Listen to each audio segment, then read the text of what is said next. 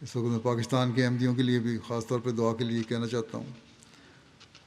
خود پاکستانی احمدی جو ہیں وہ بھی اپنے لیے دعا کریں، اور جیسا کہ میں نے کہا تھا کہ درود کی طرف توجہ کریں اور وہ 200 مرتبہ پڑھا کریں، سبحان اللہ و بحمدہ سبحان اللہ العظیم اللہم صلی علی محمد و آل محمد.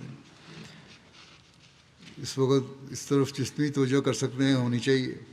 اگر ہم دعا کا حق ادا کرتے ہوئے دعاؤں کی طرف توجہ دیں گے تو پھر ہی کامیابی ہے. جتنی توجہ دینی چاہیے تھی وہ توجہ دی نہیں جا رہی. صرف یہ کہہ دینا، بعض لوگ مجھے بھی لکھ دیتے ہیں کہ صرف دعاؤں سے تو کچھ نہیں ہوگا، کچھ اور کرنا چاہیے. کچھ اور کیا کرنا چاہیے؟ ہمارا ہتھیار تو صرف دعائیں ہیں. اس بارے میں کئی دفعہ میں بیان کر چکا ہوں.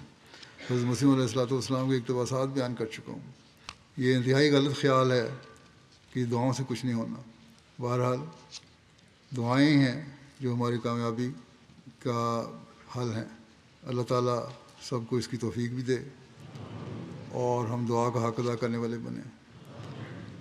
اگر ہم صرف یہ کہہ دیں کہ دعاؤں سے کچھ نہیں ہونا، حق ادا نہیں کرنا، تو یہ غلط شکوہ ہے جو ہم اللہ تعالیٰ کو کریں گے.